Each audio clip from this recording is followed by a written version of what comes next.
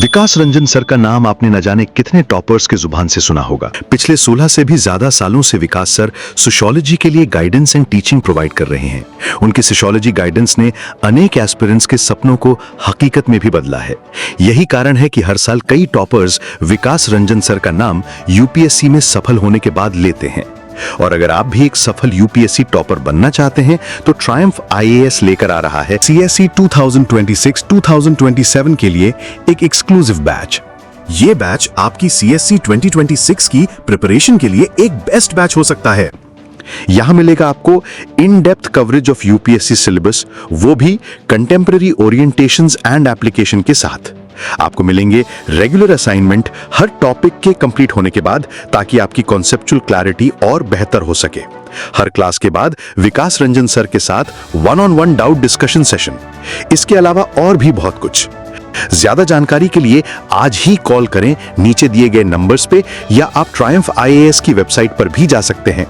Don't wait now, join these exclusive sociology batches. नमस्ते, मेरा नाम डॉक्टर रितिका आइमा है। मैंने यूपीएससी सीएससी 2022 में ऑल इंडिया रैंक 186 हासिल करी थी और मुझे इंडियन पुलिस सर्विस मिली थी। उसके बाद यूपीएससी सीएससी 2023 में मैंने ऑल इंडिया रैंक 33 हासिल करी थी और मुझे इंडियन एडमिनिस्ट्रेटिव सर्विस मिली थी। इस बैकग्राउंड के साथ मैं आपको बताना चाहती हूँ कि मैंने 3 बार यूपीएससी मेंस लिखा है और तीनों बार मेंस क्वालिफाई करा है और इंटरव्यू में पहुँची हूँ और 2 बार लिस्ट में मेरा नाम था। ये बताना इसलिए ज़रूरी है क्योंकि मेरी जो स्ट्रेंथ थी हमेशा वो आंसर राइटिंग थी, और वो शायद बहुत सारे लोगों की वीकनेस है। क्योंकि सिलेक्शन के बाद जो मेरे अपने दोस्त थे जो इस जर्नी में हैं, इसके अलावा बहुत सारे और नए एस्पिरेंट से भी मैं कनेक्ट हुई, तो मैंने यही रियलाइज़ करा कि जितने भी लोग प्री क्लियर कर लेते हैं उनके पास नॉलेज होता है, तभी वो प्री क्लियर करके मेंस तक आते हैं। लेकिन उनका राइटिंग का स्किल इतना अच्छा नहीं होता कि वो उस नॉलेज को सही से प्रेजेंट कर पाए, जिसकी वजह से वो मेंस में कहीं ना कहीं रह जाते हैं। और even if they get an interview call, लेकिन मेंस का स्कोर अगर कम हो तो आपको जो है आपकी मनपसंद सर्विस नहीं मिल पाती है। तो ये जो 3 स्टेप होते हैं ना यूपीएससी एग्ज़ाम के, प्री, मेंस और इंटरव्यू, इसमें सबसे इम्पॉर्टेंट जो मार्क्स है जो मैटर करते हैं, और वो एक स्टेज जहाँ पे आप एक्चुअली अगर इनपुट दें तो आपको आउटपुट मिलेगा मार्क्स का, वो मेंस का आंसर राइटिंग का होता है। तो मैंने काफ़ी सारे लोगों को जो फ्रेंड्स में थे या जो मेरे साथ डायरेक्टली कभी जुड़ सके, उनको आंसर राइटिंग में हेल्प करी। और फिर मैंने ये रियलाइज़ करा कि इसमें अगर हो सके, अगर कोई फ्री गाइडेंस जैसा कुछ दिया जा सकता है तो शायद थोड़ी सी गाइडेंस की ज़रूरत है आंसर राइटिंग में। बिकॉज जो कोचिंग इंस्टीट्यूट्स वगैरह है भी जो आंसर राइटिंग के प्रोग्राम्स चलाते हैं, टेस्ट सीरीज चलाते हैं, उनसे बहुत बच्चों की हेल्प नहीं हो पाती। वो इसलिए नहीं हो पाती क्योंकि एस्पिरेंट्स भी ऐसे हैं कि वो डेडिकेटेडली लिखते नहीं हैं, और कई बार जैसे वो कुछ लिखेंगे तो वो फीडबैक को नहीं समझते, वो ठीक से लेते नहीं हैं।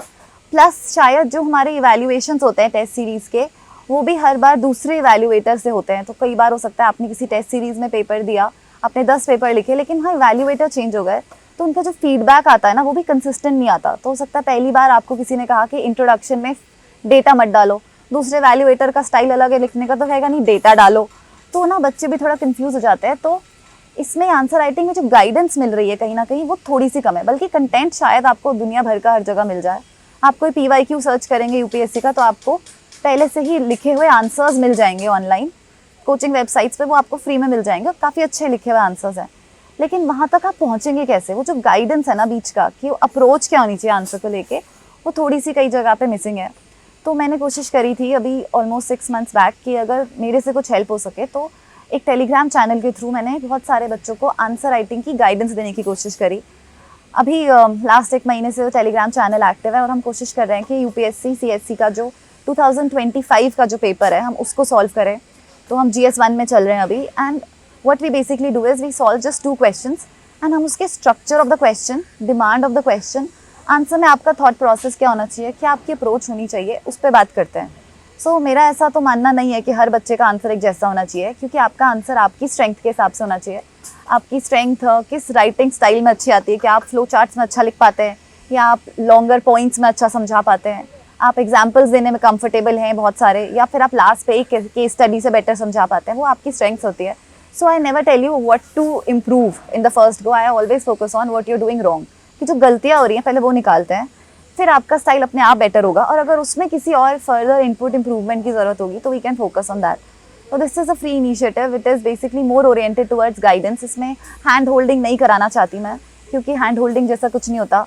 आप यूपीएससी में आ रहे हैं तो आप ऑफिसर बनना चाहते हैं, हर ऑफिसर अलग होगा, यूनिक होगा, उसकी अप्रोच भी अलग होगी, लेकिन कुछ आपके माइंडसेट्स होने चाहिए जो आंसर को लिखते हुए होने चाहिए कि एक आंसर डिसेंट आंसर कैसे बनता है, वहाँ तक को ले जाने में मैं आपकी हेल्प कर सकती हूँ. So that is what the initiative is about. And अगर आप अभी ग्रुप खोलेंगे तो आपको दिखेगा कि जैसे हमने आज भी जो है 2 क्वेश्चन डाले हैं और इस पर जो कमेंट्स आते हैं वो कमेंट्स आपकी आंसर कॉपीज़ ही होती हैं. तो आपके आंसर कॉपीज़ को जहाँ तक हो सके मैं डायरेक्टली इवैल्यूएट करती हूँ. On some days we have as many as 200 copies also.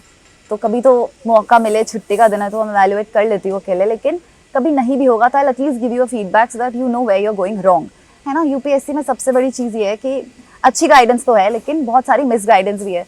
So the moment we are able to clear that कि आप मिस गाइडेड कहाँ चल रहे हो, आपसे गलतियाँ क्या हो रही है, I think most of the people are able to understand and grasp the answer writing really well.